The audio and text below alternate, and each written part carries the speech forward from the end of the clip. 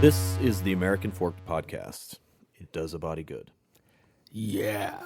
We're a group of friends who grew up with similar upbringings, and we kind of went our separate ways and became adults. Even though we're not all necessarily grown up, quote unquote, we have responsibilities, so we're trying our best. And we get together every week and talk about things going on around the world and interject with our opinions and commentary and think that everybody should agree with us. Yeah.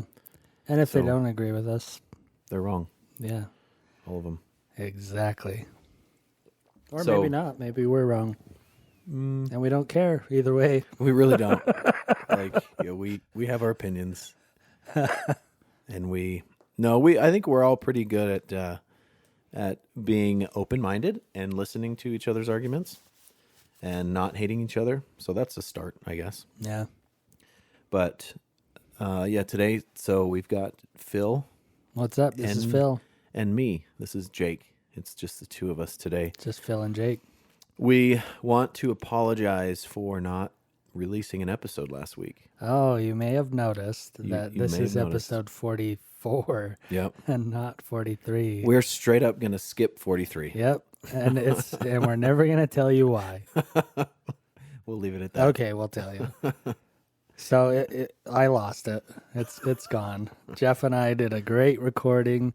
We talked about COVID and Alec Baldwin shooting people, and it's gone. Everything we said is erased from history, and will never come back.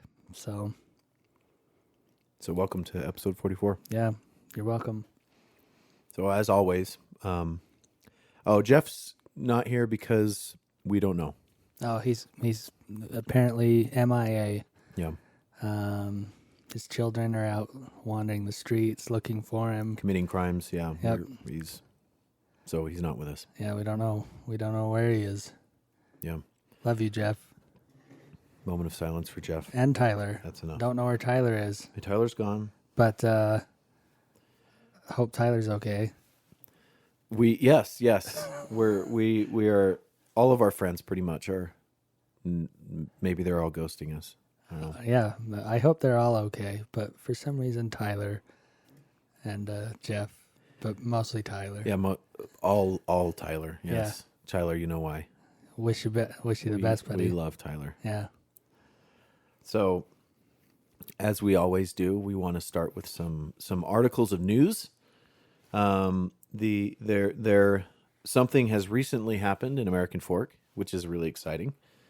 The American Fork Hospital has gotten a new NICU and made their hospital better.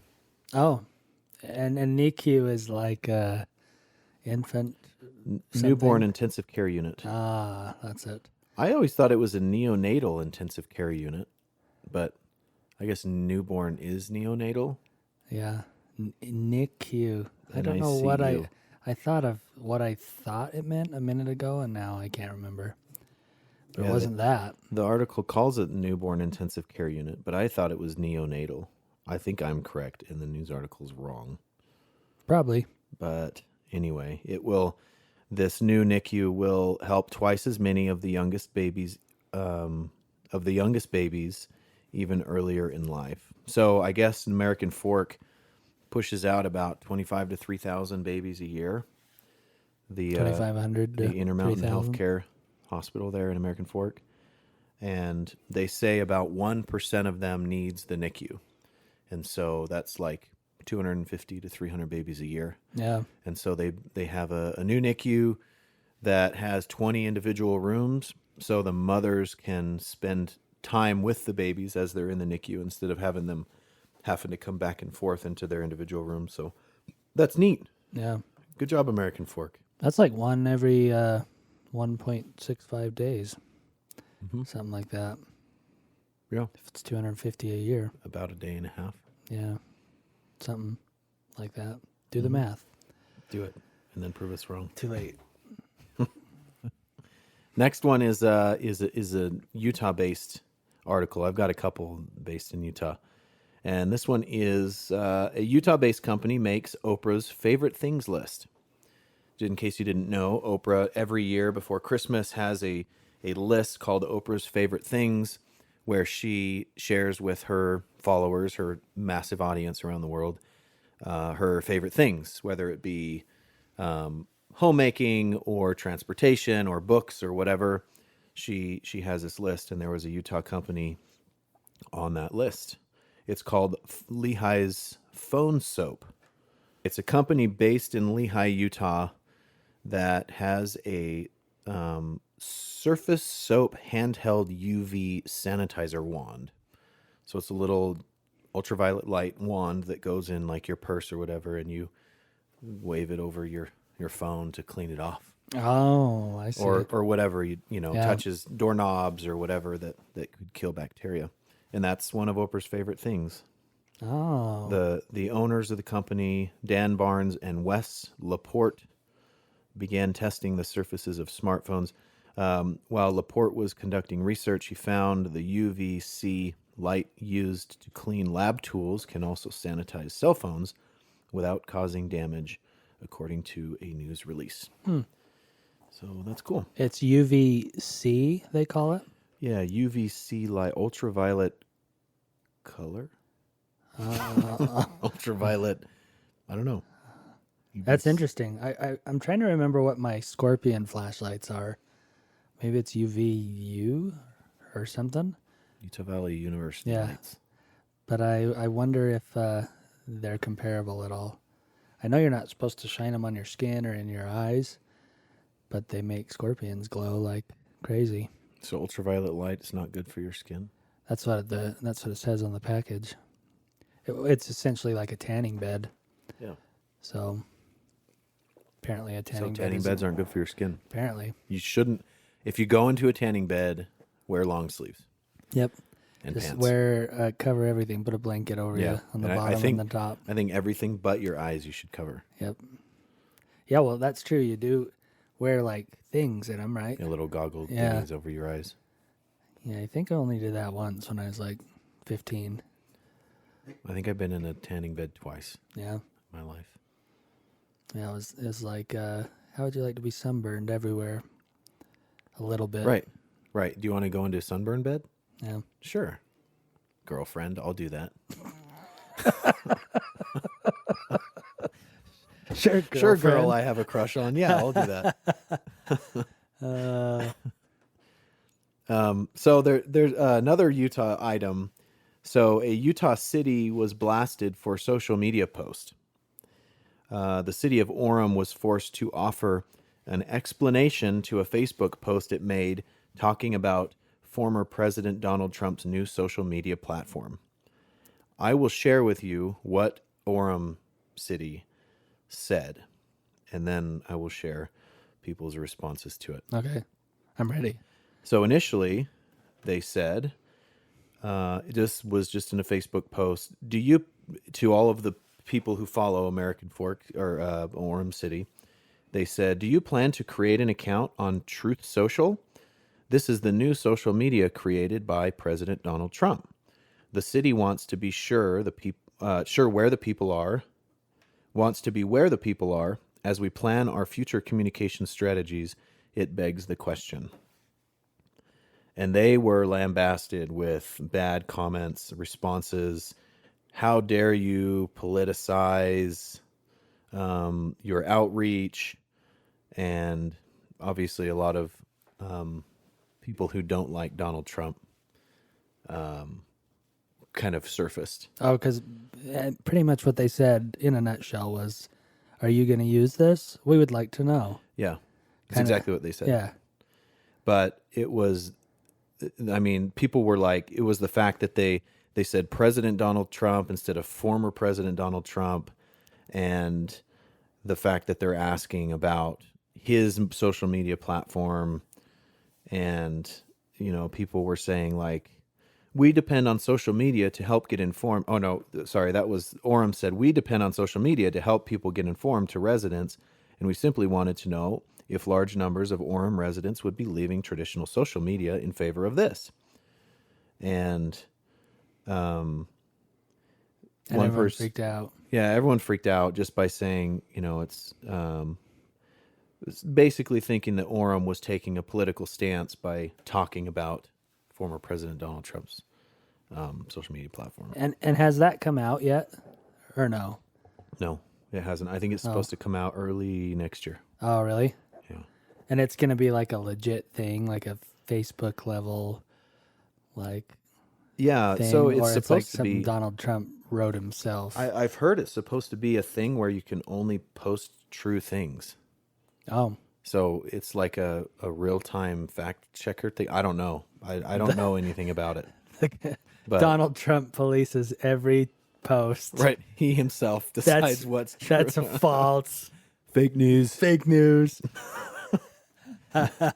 So one of the commentators said, quote, "Not the president, former president. If your intentions were actually in good faith, then you would have asked people what social media platforms they use and then not used a Trump picture to transmit your information." And so anyway, their post included a picture of Donald Trump, and people didn't like it. Wow. Yeah, people are nuts over that guy. Still. I know. It's like I've never seen somebody hated for so long while they're irrelevant. Like essentially Donald Trump is Oh yeah. irrelevant. It'd be like someone freaking out about Cosby right now. Right. Like just in the Yeah. news. Can you believe what Years Cosby later, did? right. Yeah. I was like, oh, okay. Yeah. But which, by the way, I guess Cosby's getting out or got out or something. We Oh, did probably he? talked about that before. Yeah, he pretty much won his appeal that the trial was screwed up to begin with, because the judge pretty much did all this stuff that he couldn't because he'd already made agreements with the prosecutors before, and they pretty much went against those agreements, which I actually agreed with. I don't agree with the things Cosby did, but if you meet with a prosecutor and they're like, let's make this deal. You tell us this, Right. and this, and we'll agree not to prosecute you. And then they prosecute you. That's Yeah. bad, I think. So, anyway, that's not to derail that. I got onto Cosby. But I'm like, but yeah, Trump, it's like, I don't know, like Beagle was freaking out the other day about like Trump's going to take over, like, Yeah. and he's slowly like eliminating all the politicians that were against him. I'm like, how is he eliminating them? Is he killing them? Like, I don't really think Trump has the type of influence that people think he does. I don't know. Yeah, his influence is exactly as big as the left's hate for him. Right. Like the only news, the only things that I hear about Trump is what I hear from the left. Yeah, I don't hear any right wing anybody being like, I hear that they don't like Biden, but I don't hear anyone being like, I really wish Trump was back, or like Trump's the real president. Like all this stuff that they're saying, I feel like people are over it. Like Trump lost, Biden won. Yeah, and maybe if we swam in the conservative pools, we'd hear people like, you know, we need to make America great. The election was stolen. People still saying that. Trump's the real president. Trump's real president. Biden's fake. Yeah, that's what I hear like from the media and from more liberal people. But again, I haven't heard like a serious person that's like that, I guess. I don't know.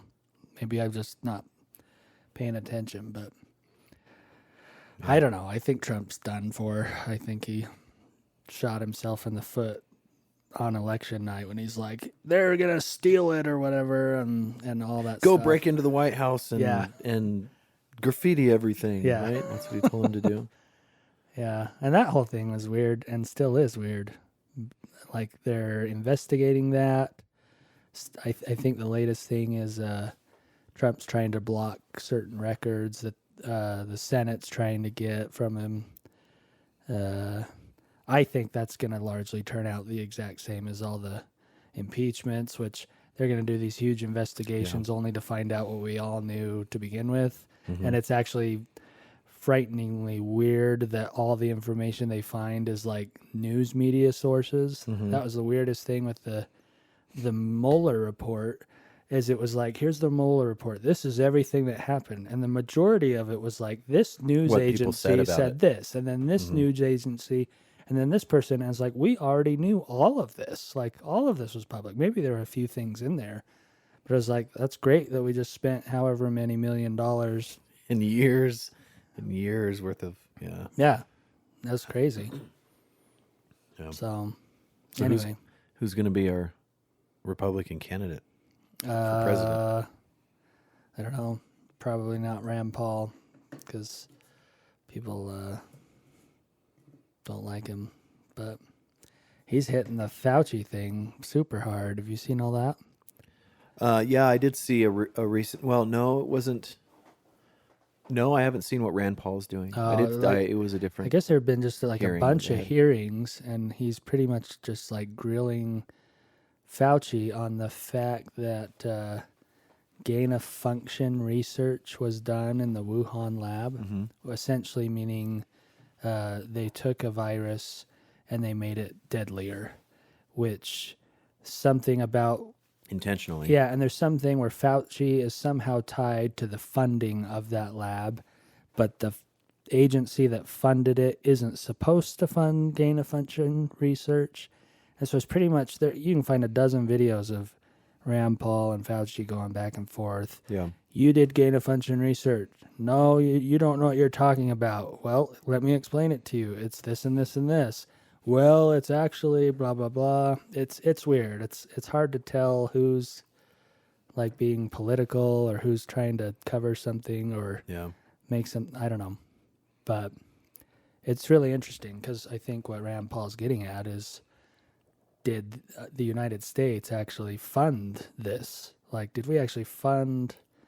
Yeah. How much of our tax-paying dollars went to? To this lab that function. may not have in the instance he's citing may not have funded it, but did we actually fund the lab that made COVID-19 and leaked it out either intentionally or on accident? Like that's important, I would think, to find out. But we won't. Nope. And maybe it's nothing. Maybe like Fauci's saying, I don't know. Maybe the virus isn't real. It's not. Yeah. That thing you had last You and I didn't. that thing you have had last week coronavirus. was just the cold. A cold that made you want to play video games Cold every that day. made me not taste anything and had all of the supposed symptoms of COVID. Yeah, But COVID doesn't exist. yeah. It's really interesting. But yeah, Well, now they just released. They said I think it's the Pfizer vaccine is now approved for 5 to 11-year-olds. oh yeah, kids. So that's a big deal. Yeah, some people will be real happy about. So now that. we can hang out with Beagle. Yeah, because he can get his kids. I don't. How old's his youngest? I can't remember. I don't think she's 5 yet. Yeah, I think she was only born 2, so maybe it'll be a few more years. 2 or 3. Yeah. Yeah. So yeah, we won't see him for a while. So either she'll become of age or they'll lower the age To newborn. in like 2 years to newborn. I think Beagle said they're planning on going down to 6 months. Really? Yeah. As like one of the regular checkup shots that they get. You know, they get the MMR and the hepatitis and all that stuff, and just have that And be then one COVID of the, at 6 months. I guess that's the plan. It that one's weird to me. Like if the vaccine doesn't hurt anyone or it hurts people so rarely that it doesn't matter, I guess it doesn't matter. Like vaccinate your kid, don't vaccinate your kid. But the idea that you need to be worried about your kid not being vaccinated, to me, I think is crazy. Like, I think there still are not numbers that would justify the scare yeah, of not having your kids vaccinated. I was reading a really interesting. So Ohio State University's medical center, like their hospital, school, or whatever, they have like a whole page, and they say flat out on there that if you've had a mild case of COVID, your antibodies probably aren't great. You should probably get vaccinated. But they said if you had a moderate to severe case of COVID, they said all the evidence shows that you are immune to COVID. They said we know for up to 8 months and possibly longer. And if kids generally don't get sick from it at all or very little, I don't see any harm in just letting your kid get COVID. Yeah.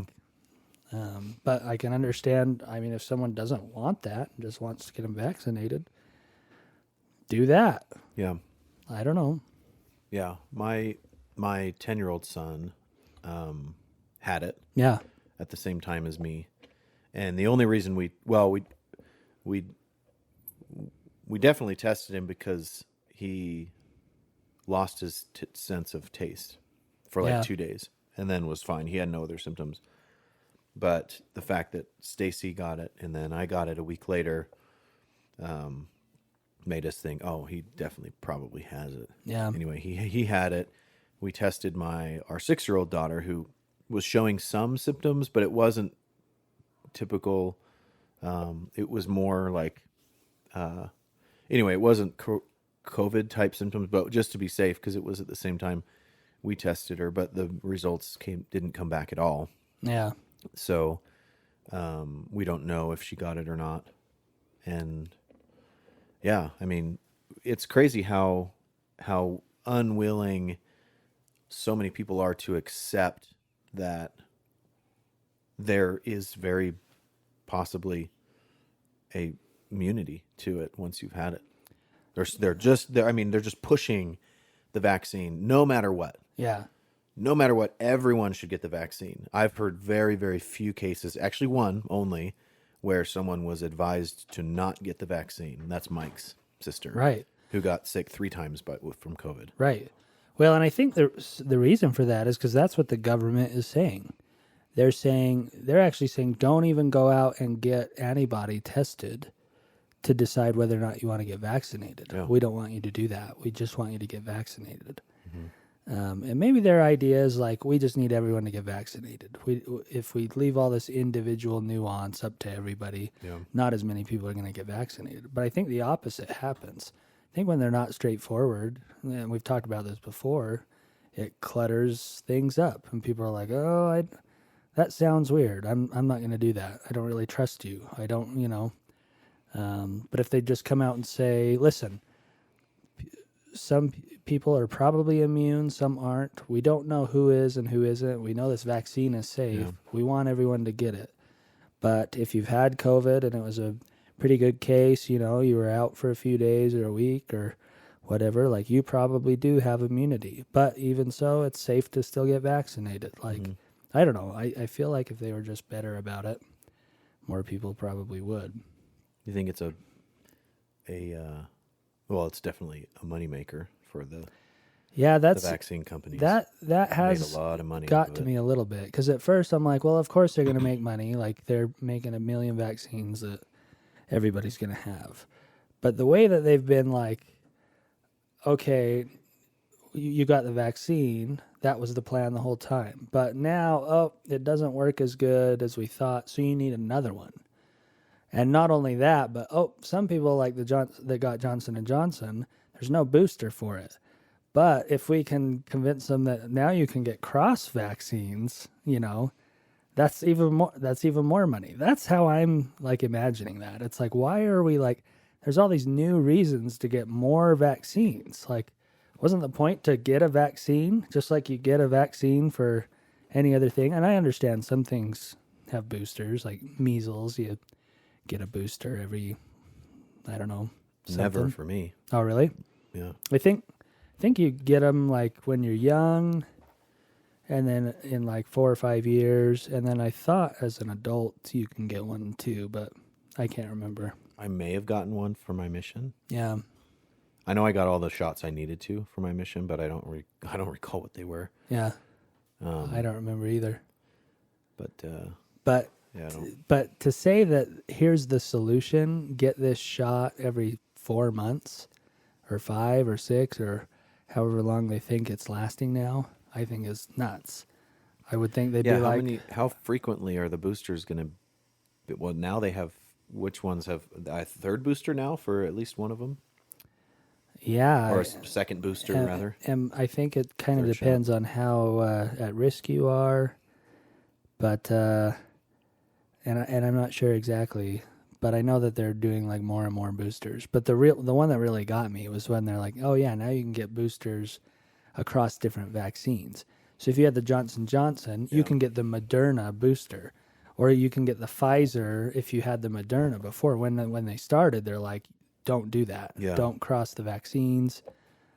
And that's bizarre to me. Like, how do you go from don't do that to do that? Do that. Like, Yeah. you have to study it somehow. Like, we haven't heard of any kind of, I don't know. Yeah. Maybe they did study it, but here we are talking about COVID for the 75th every single time. billion time. So, Yeah, well, we'll take a break from COVID for a minute. One thing I want to talk about today was recently Elon Musk was challenged by the UN, the United Nations World Food Program, or the WFP director, who said, so Jeff Bezos, the founder of Amazon, and Elon Musk, who founded Tesla and PayPal. SpaceX and helped build PayPal. Those two are, I guess, the world's two most wealthy people, and they were challenged by this UN representative to, I guess, to donate $6 billion to help solve world hunger. Yeah. And Elon Musk replied, basically saying, "Okay, prove to me, accounting wise, like." Be transparent, prove to us how $6 billion is going to solve world hunger, and I will sell my Tesla stock. I don't know how much it's worth, maybe upwards of $6 billion. I don't Well, know. no, I think he has hundreds of billions in stock. I think he's just going to sell some of it, or 6 billion worth. It was what he was saying. Yeah, I know he's worth like 331 billion right now. He's the richest. Yeah, I saw that the other day. That's insane. That's huge. It's like he's like more than twice Bill Gates. $311 billion, Yeah. according to Bloomberg's billionaire index. With all this inflation, we could be seeing the world's first trillionaire before long. With how things have gone up, but yeah, I heard that, and he.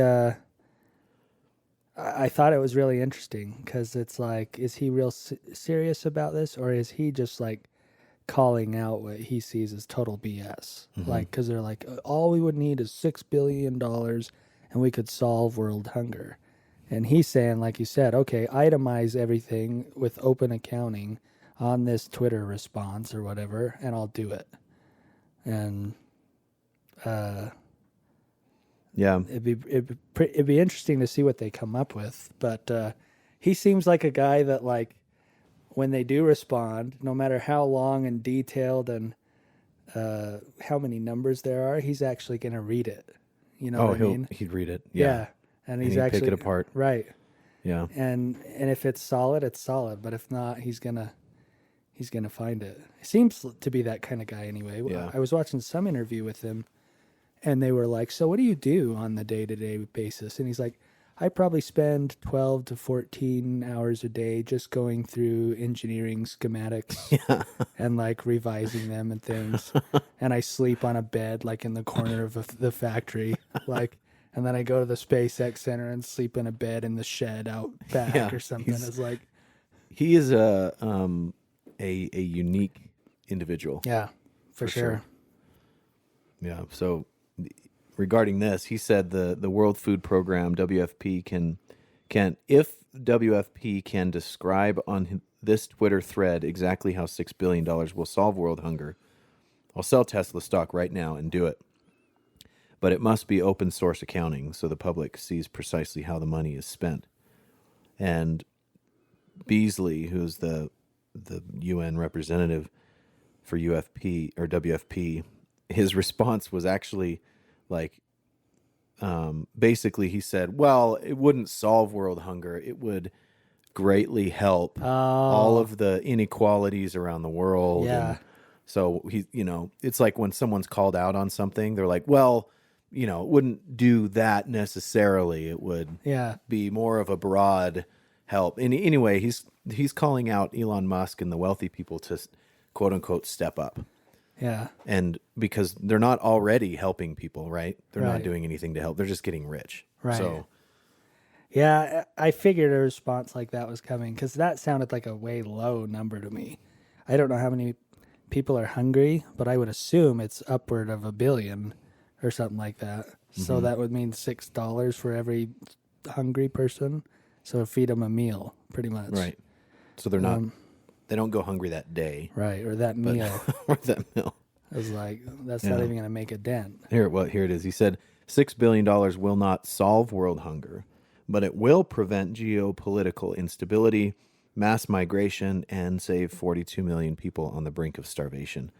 An unprecedented crisis and a perfect storm due to COVID, conflict, climate crisis, he said.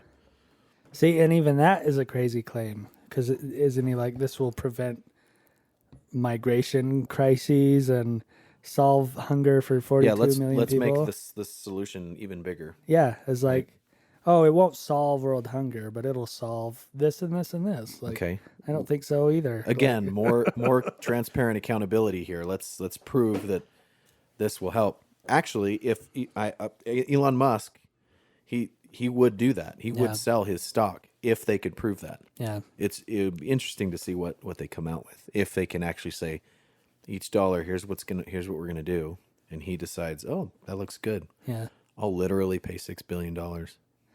You know what would be an interesting experiment is like if you took the top 100 richest people on the planet and said like got them in a room and said, "Okay, who can write the biggest check right now?" Like can't like cuz Elon's like, "Oh, I'll sell stock right now," which means he doesn't have 6 billion in a bank account that he can just write a check for. He's the richest Yeah, because probably not. he owns all this. Same thing with Bill Gates, all these people. So I've always thought about that. Like, who actually has the most liquid cash on hand Yeah. in a single bank account? Like, what's the fattest private bank account in the world? I don't know. Probably some of the oil tycoons in the Middle East. Think so. Yeah, and because most of them, like, it's probably diversified, like their wealth in general. They've probably got some gold, cash in this account, cash in this account. Yeah, you they're know? definitely have their eggs in a lot of baskets, I'm Right. sure. But who could write the biggest check right now?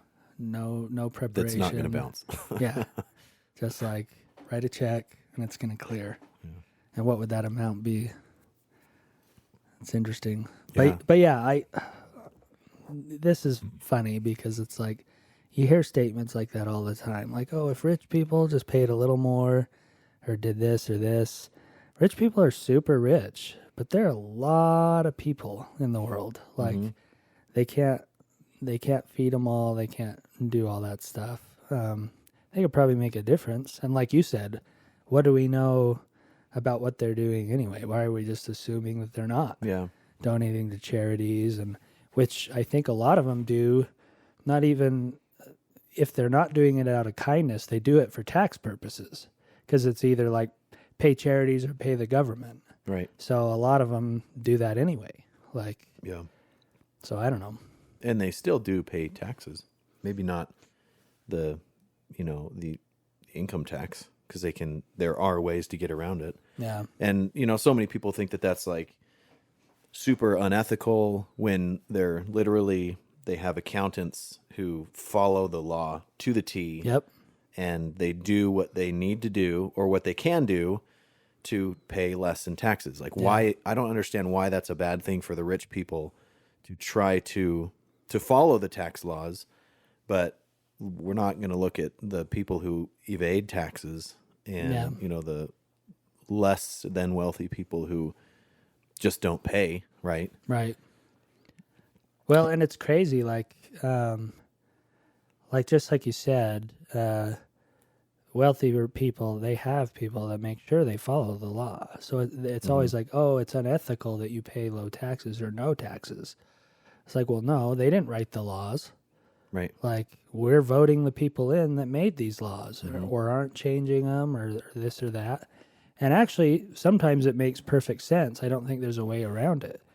A rich person cannot make money in a given year or lose money, or have enough investments or things like that it offsets any income, to the point that it doesn't make sense to tax them because they're not any richer than they were before. And you can't. I really have a hard time with the idea that someone can just be statically wealthy and you can just keep taxing them. Like if I work hard, which I hope to one day, just be independently wealthy, and have money and not like have a house payment or a car payment or whatever, and just be like done, But I can't because there's always taxes. Like you always get taxed. You get taxed on the interest in the bank. You get taxed on your property. It's like you can't just live in the woods and be like, don't bother me, government. And now they got people who I can't remember. I didn't prep this one because I wasn't planning on talking about it. But there is I think she's a representative who's proposing unrealized capital gains tax. In other words, if you own stock and your stock value goes up, you pay taxes on that value increase, even though you haven't sold your investment. Yeah, and that's insane. Like how crazy is that? Yeah. Like and how big, like if that became the tax law, then what else is there? Your home goes up in value, even though you haven't sold it, you're still gonna have to pay taxes on the increase. Yeah. That is crazy to me. Well, and that's how it is. Like that. If your home goes up in value, your taxes go up, right? Well, your property taxes do, right? But I mean, like, as a capital gains, right? As a future intended capital gains tax. That's crazy. Well, or like a federal tax, you're saying, as opposed to your local like property tax or like something like that. Property taxes, I'm kind of wishy-washy on that. A lot of good funding for local things like schools and stuff like that, roads, comes from property taxes, which is great. I think some property taxes, especially many in Utah, are too high. Yeah. And they never go down. That's concerning to me. But yeah, unrealized capital gains tax is the stupidest idea I've heard in a long time. They should have like if you pay property tax and you pay it on your house like for the whole term of your loan or whatever, 30 years, you should be done. That's a lot of property tax. And if someone else buys the house, they have to start paying taxes again. Sure. But if you live in the same house for 30 years and you pay taxes and you own it, you should be done. Yeah. Yeah, we had a situation with our house that we recently sold in Maryland. So 2008, we bought a house in Pikesville, which is northern Utah County, or northern Baltimore County. And when we bought it, it was property, the land that the property sits on has either ground rent or is fee simple. Fee simple means you own the ground. Ground rent means you don't actually own the ground that it's on, and it's a ground rent property. Oh, really? But the problem is we don't know who owns it. Oh. We don't know, like, I guess the escrow, the money that's escrowed through the life of the mortgage goes to pay the ground rent. Mm-hmm. But we don't know who the ground rent person is. Like, I asked the attorney that we did our closing through. I asked the local, the neighborhood community. It's kind of like an HOA, but it's not an HOA. It's just like a local historic community that we live in. I asked the community founders. I asked the neighbors of the property is. No one has any idea who owns the property. There's like no record of it. Wow. And so we didn't actually own the land. Yeah. But the money that we were supposed to pay was supposed to go to someone, but didn't. So anyway, that money was just kind of like moved around. Mm-hmm. Anyway, we sold the property earlier this year, and I hope they're taking care of it the right way. But it's just weird.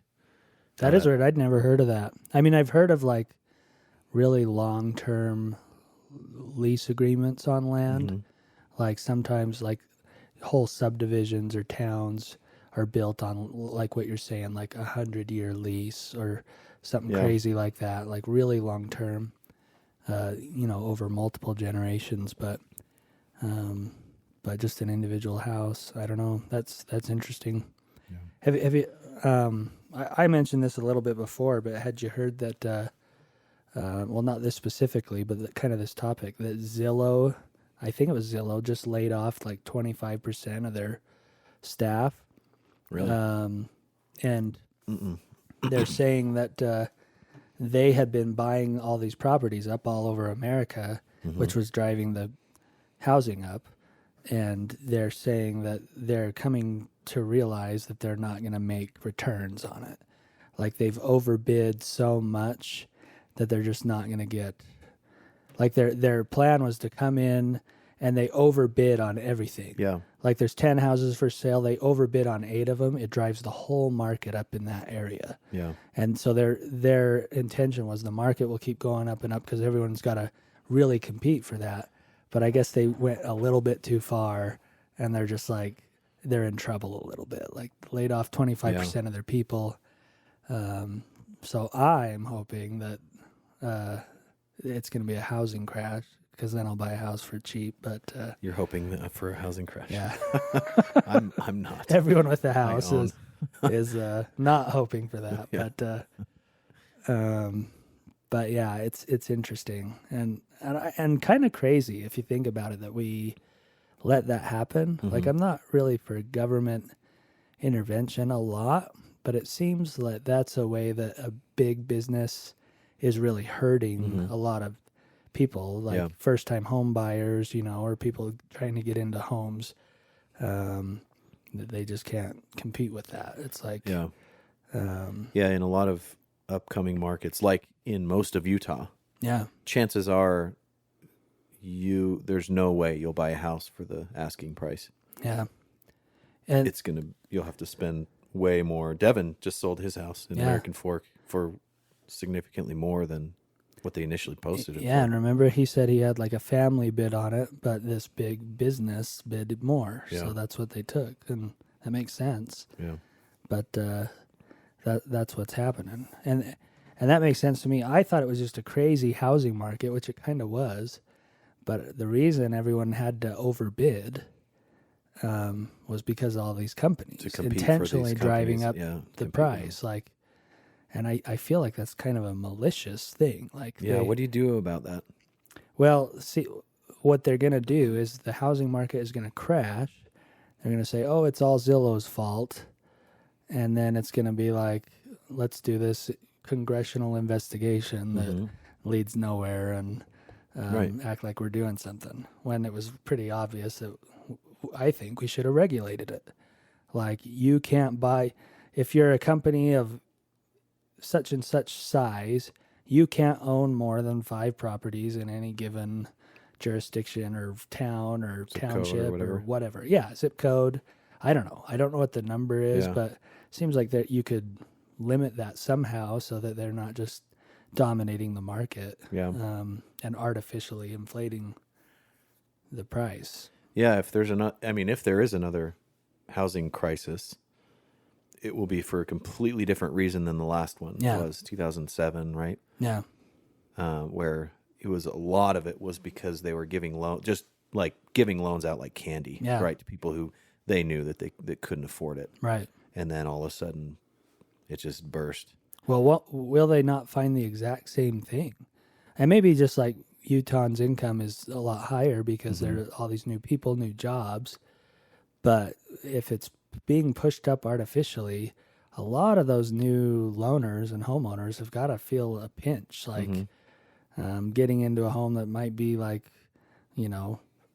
their whole income or most of it, or kind of at the limit, where before they could have got into something a lot cheaper.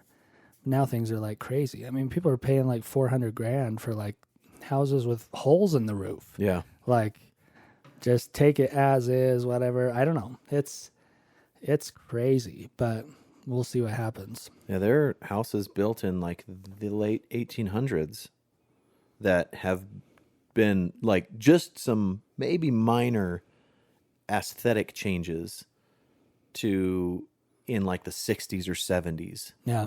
that are selling for, and they're like, 1,500, maybe 2,000 square feet with like a small 200 square foot addition on the back that was done in like the 70s, Yeah. selling for like 650. Yeah. And I'm wondering, to your point, I'm wondering if a lot of these companies, big companies that are driving the prices up and buying these properties, are they going to last and be able to pay for those Well, yeah, in the long run? and if Zillow just goes bottoms up, is the government going to have to bail them Yeah, out is it or going to be a something? Zillow bailout? That would be bad.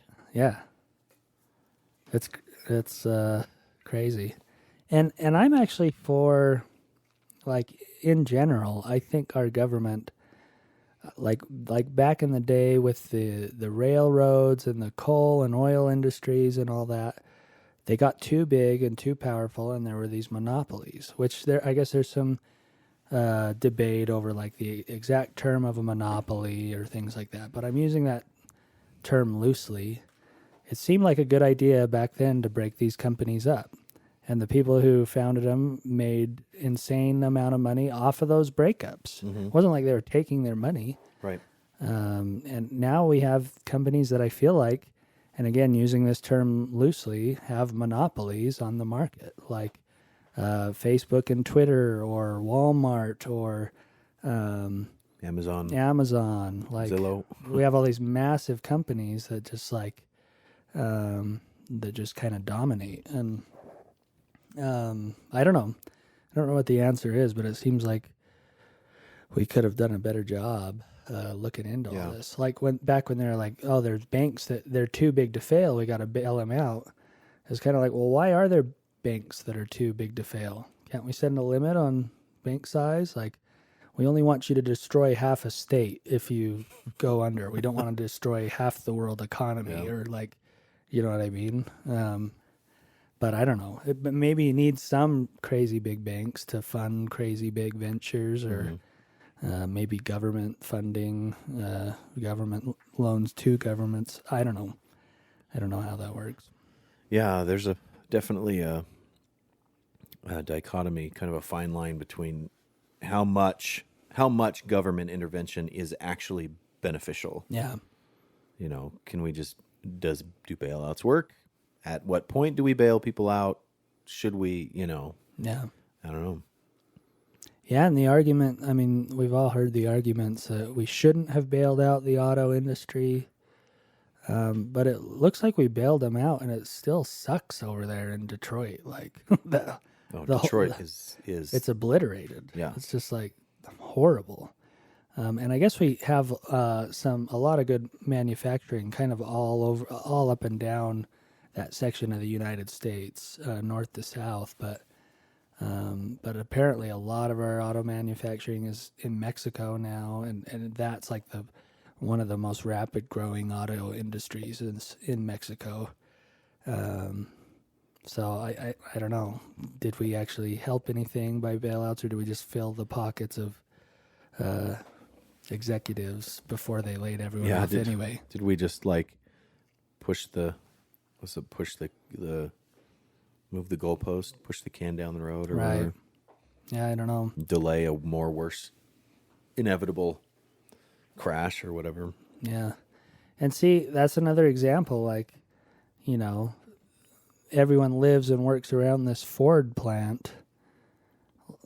It seems like some kind of like city planning or something could have gone in better to diversify the labor market around there. So they're like, well, if Ford moves their plant out, it's not just going to be a million empty houses suddenly, with graffiti and boards and all this. Not a million, but I don't know. I don't know what the answer is, except that everybody sucks at doing everything, apparently.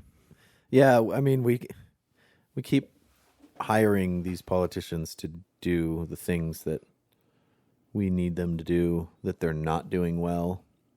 Yeah. And it's like, I used to be, back when what's his name? before Obama became president. Like I jumped on the train of the bandwagon of, well, he's not experienced as a politician, so he shouldn't be president. And I have since repented of that sin and realized that in most cases, a seasoned politician is not the person that we want. Yeah. Because those are the guys that are perpetuating the bad problems. Yeah. New skin in the game is usually a good thing. Let them prove themselves, see what kind of decisions they can make. How many feathers can they rustle? Because I like that. Yeah. I loved that about Trump. Like he rustled feathers. He got in there and he, went against the grain. But how well can they do that? How well can they legislate? If they do good, if they do a good job, reelect them. Yeah. But career politicians, I think, are the reason why we're in a lot of the situations that we're in. I wonder too if it's not just because we're like, as a people, we're a little bit dumb, and we're kind of accepting of dumb answers and dumb explanations for things. So like, what are you going to do about the housing crisis? Oh, we got to make sure that big banks don't blah, blah, blah. Really broad, generic, easy for every dumb American to understand answers, instead of like in-depth explanations like, well, we've got to look at this and this and this. And not talk down to people, but just say things how they really are, like, so that the moderator is like confused, like, well, I don't understand anything you just said. It's like, well, because you're not smart, like, and you're electing a smart person, like, or somebody that actually knows, has a plan, knows what they're talking about. And I'm not saying somebody has to get up there and just be like, intellectual, throwing out large words or whatever, but it seems like we've become accustomed. You don't need to elect Elon Musk. Right.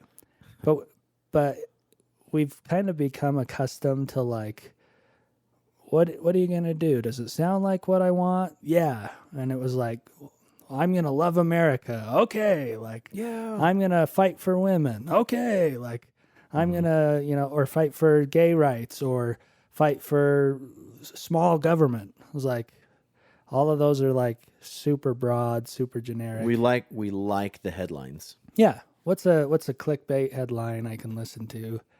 Yeah. But I think our debates are screwed up. Like, I don't know.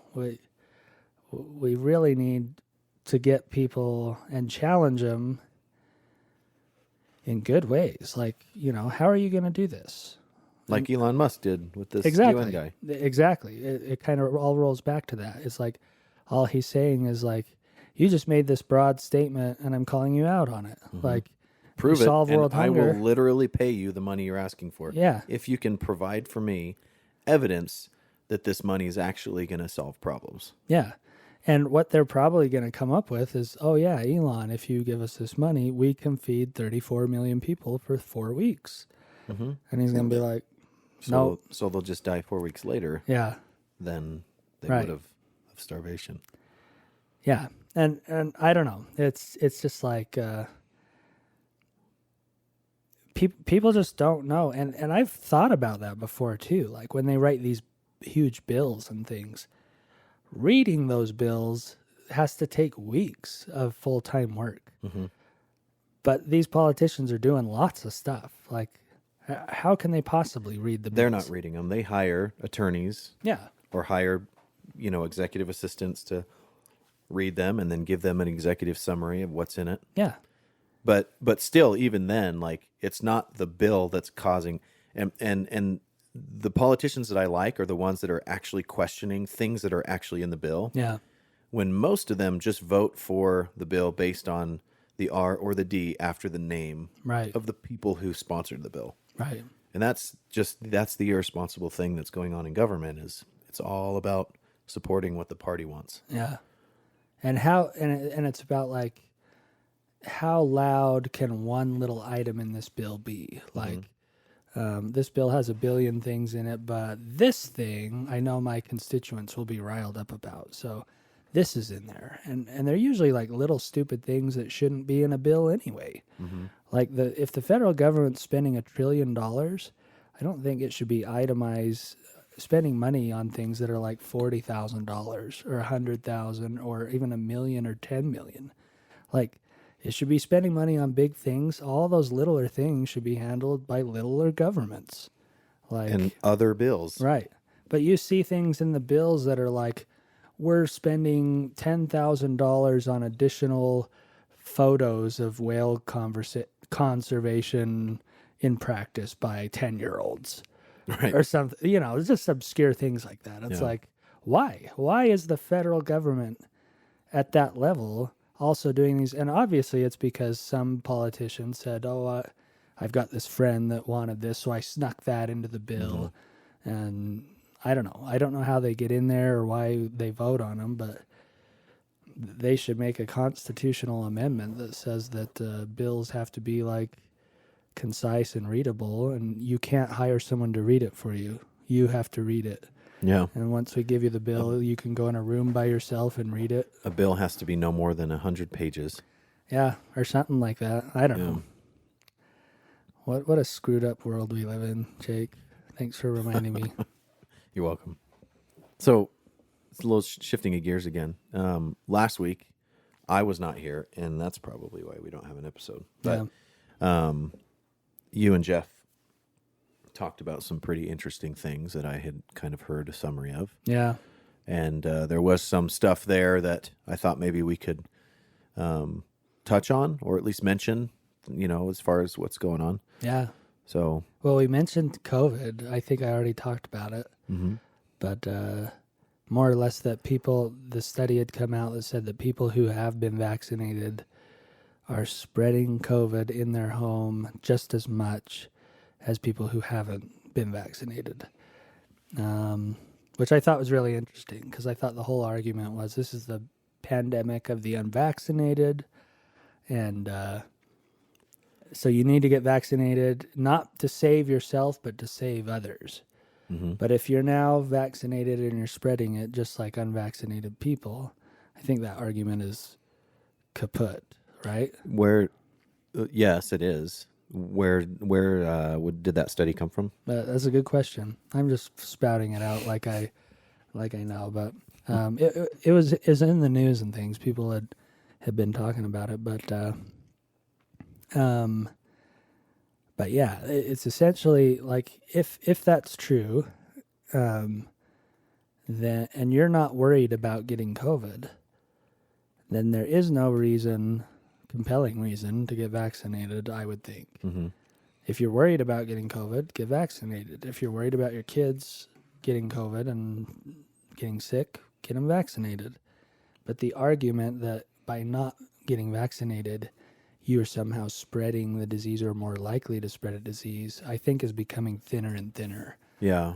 It seems like right now at this point, the one reason to get vaccinated is so that when you get the virus, it won't be as severe as if you were unvaccinated. And I buy into that argument 100%. My grandmother is 80 years old, and I'm pretty sure I got COVID from her, and my symptoms were way worse than hers. Like, because she was vaccinated. She was vaccinated, right? Yeah. And that makes sense to me. Like, and I thought, I really was surprised. I didn't think I would get that sick, because I thought I'd either been exposed before, or I don't generally get that sick anyway. But I wouldn't say I got really sick, but the longevity of the sickness is what got to me. Like, just because I'm like, okay, it's been like 4 days. I'm going to be better tomorrow. Oh, I only feel like 4% better. I'm going to be better tomorrow. Oh, I feel like 3% better than I did yesterday. It was just like this really slow kind of recovery, which I hadn't experienced before. I don't know if you felt the same, but yeah, for me, it was a yo-yo for me. There were some days when other than my taste being gone, nothing. Oh, really? A little bit of fatigue, maybe. Yeah. But then the next day it was like, sore muscles, cold chills, so exhausted, and I can't taste. Yeah. And then the next day, for me, it was up and down. Up and down. My fever was up and down, but I feel like the fatigue was just always there. Yeah. But yeah, it's interesting how that all worked. But anyway, that's what we talked about. COVID again. Of In course. case you haven't got enough COVID from the American Fork podcast, we fed you with all the COVID opinions you can possibly imagine. But Or 3 of them yeah. many times.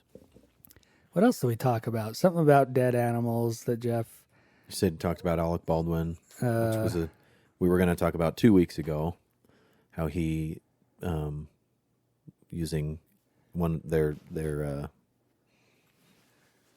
the firearm, Yeah, Alec- the prop gun yeah, that they actually had a live round in it. yeah. Alec Baldwin shot like his producer or Yeah, something she like was that. the cinematographer. Yeah, that's it. Well, and one of the producers who survived, but the yeah, shot cinematographer. 2 people. Yeah. Bang bang. I'm gonna kill you. Bang bang. That's what he said, like as a joke. Isn't that insane? Were they weren't filming at the time? I don't think so. I think it was like between cuts, and they were saying something as a joke, and he was like jokingly like, "I'm gonna kill you," points a gun at them, real or not, in his mind, and fires it right after Yeah. that. That's crazy to me. The one thing you never do. Yeah, you never point a gun. Like, obviously, there are protocols in place for using a prop gun, where you need to make sure that it has only a blank in it, right? Yeah, You never put your finger on the trigger unless you intend to fire. You only fire if it's like the intentional scene, right? right. And that's part of the script.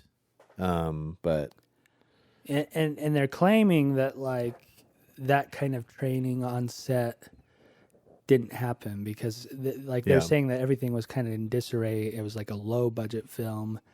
Everyone was complaining. Some people had walked off the set earlier because that of day. lack of safety protocols and training, Right, something like that. And the gun tech or the armor or whatever she's called, I think she said that she requested training meetings and that it was denied.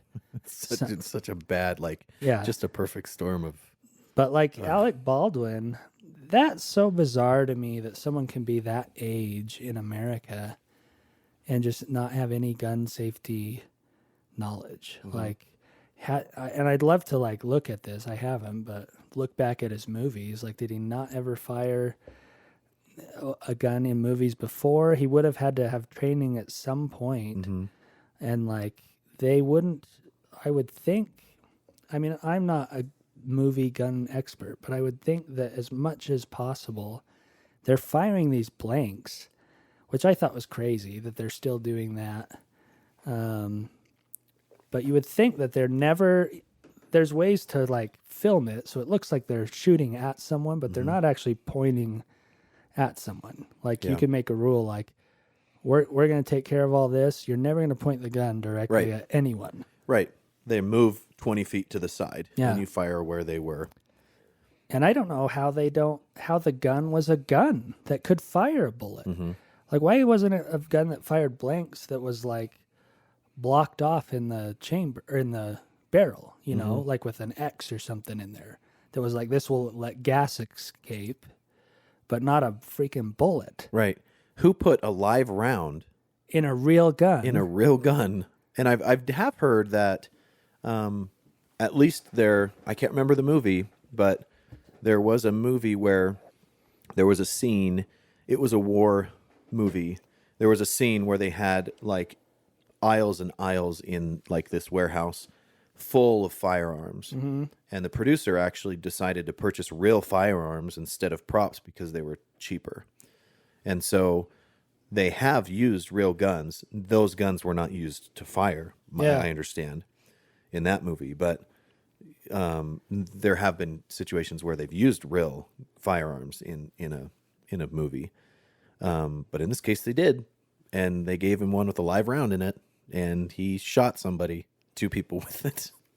Well, and the armorer was like, I don't know how a live round even made it on the set. Yeah, Which makes you think that this was some kind of sabotage, like somebody sabotaged something.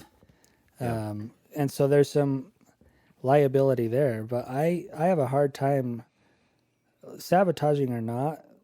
And maybe this is just like when you're a celebrity like Alec Baldwin, maybe you've lived your life long enough in such a way where it's like you just show up, everyone around you takes care of everything. A bubble. They make the food there, they hand you the gun, they say do this. You don't have to worry about any of that. You have to show up and be on your A game and act. Like that's Yeah. your life.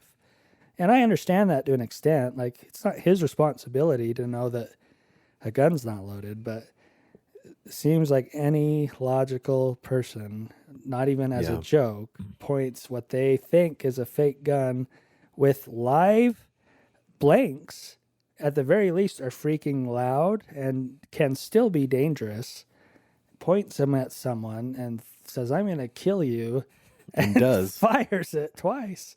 That's crazy to me. And I would be surprised. I guess I wouldn't be surprised either way, but I feel like he is definitely liable for Yeah. that death and injury, like at least partially. Yeah, there's got to be some recourse Yeah. for that, especially considering that if it really was not part of a scene. Yeah. If he wasn't performing his duty at the time, or duty, I should say, but like part of if he went off script, Yeah. that's one thing. But to go off script in such a like bizarre way, I'm gonna kill you, bang bang, and fire directly at people. Yikes. Yeah, any normal person would get at least involuntary manslaughter. Yeah. For that. Oh yeah. At the least. For sure. People get like involuntary manslaughter when their kid gets in their purse and shoots someone at the store. Oh yeah. Like, Yeah. I don't know. So there was back last year, within the last year and a half, when we've had all the BLM riots, there was one guy that was a young, low mid-20s maybe, I think he was, legally possessing a long gun, a firearm, was there, according to his words, to protect people. Yeah. And he himself was attacked and shot and killed somebody in defense. And he is going through the legal recourses of that. Yeah. It was on film. He was on the ground. The guy was attacking him. He was clearly defending himself. And even he still, has to go through all of the legal hoops and everything. Yeah. And it's very possible that he may be charged with something. Yeah. But yeah, at the very least, Alec Baldwin will hopefully be. I don't know. I mean, I don't want him to be. I don't like him. He's not a. I've heard he's a pretty huge idiot. Yeah. Personally, as a person, but I don't wish bad upon anybody. But he did something super stupid. Yeah. It's crazy. And it sounds like the whole thing was a mess. I don't know. And I love 30 Rock. I love Alec Baldwin. I love 30 his Rock. character in that show. I think he kills it in that. And that's like the last I've heard of him for a while. But he's good at playing a really super arrogant person. Yeah. Because Yep. I've heard that's how he is. Yeah. Well, and yeah, it's crazy. And such a tragedy. And it's kind of looking like they're not going to figure it out. Like, did someone plant that there? Did it just like make it in? Did the manufacturer drop some bullets in the wrong bucket and painted the tips orange? Right. Or Did they whatever? make them look like blanks? Yeah, I don't know. It's like, It's crazy. yeah. Anyway, talked about that. So now you've pretty much heard everything from our last episode. So Yeah. it's just like it happened anyway. Yep. But you won't hear it. Yeah, never. Never hear it. Thanks, Phil, you idiot. You're welcome, everybody. Yeah. Well, we appreciate y'all listening. We love having, the opportunity to be in your ears on a weekly basis. And it's just a fun opportunity we have to share with you our opinions, and we appreciate you listening, and we hope that you will help us get our numbers back up. Yeah. They've gone down the last few weeks. Oh yeah, probably because we had COVID. And Yeah, COVID. Didn't do I anything. didn't share the last episode online on Instagram, which we found actually helps a little bit when I do post it. Yeah. I'll be doing that this week, and hopefully.